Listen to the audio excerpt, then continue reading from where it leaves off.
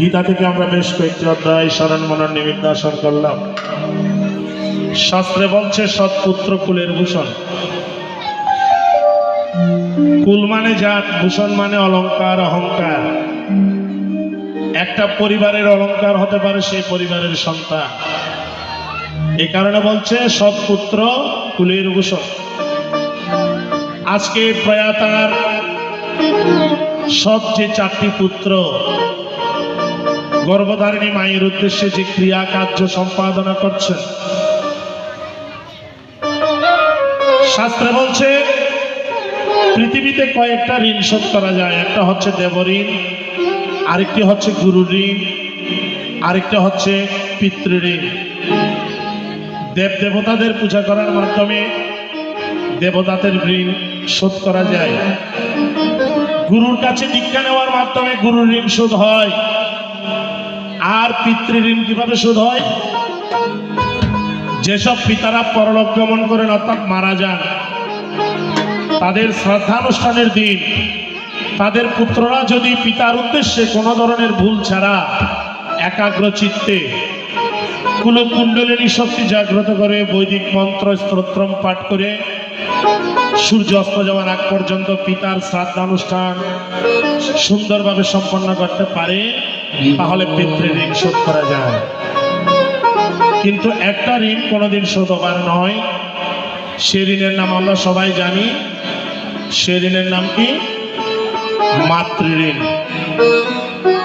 এভাবে ঘটা করে প্রয়াতা সোলামণি মুন্ডা মহোদয়ার পুত্ররা যদি প্রতি বছরও মায়ের বাৎসরিক শ্রাদ্ধের আয়োজন করে, কোনোদিনও মায়ের ঋণ শোধ করা যাবে না। এজন্য আজকে সেই পরিবার বুঝবে যে পরিবার আজকে মাকে হারিয়েছে। মহামনীষীরা বলেন, যাহা নাই বিশ্ব ব্রহ্মাণ্ডে তাহা আছে আমার মাতৃভাণ্ডে।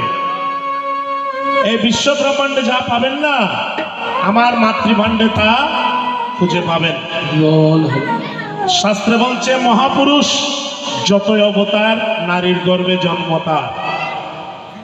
মহাপুরুষ যতই অবতার নারীর গর্ভে জন্ম তার। আজকে শচী দেবী না থাকলে অদ্বৈতানন্দকে পেতাম না, কমলা দেবী না থাকলে লোকনাথ ব্রহ্মচারীকে পেতাম না, মনমোহিনী দেবী না থাকলে ঠাকুর অনুকূল চন্দ্রকে পেতাম না। যুগে যুগে তোমাদের মতো মায়েরা আসো বলে তোমাদের গর্ভ থেকে মহামনীষীদের কি হয়? সৃষ্টি হয়।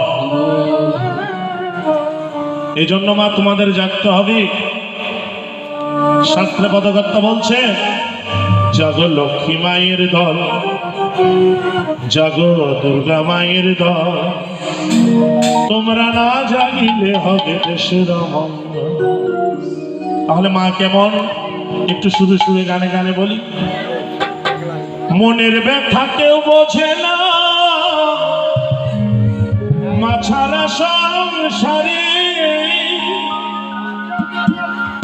মায়ের শরীর শোধ হবে না সারা জীবন ধরে।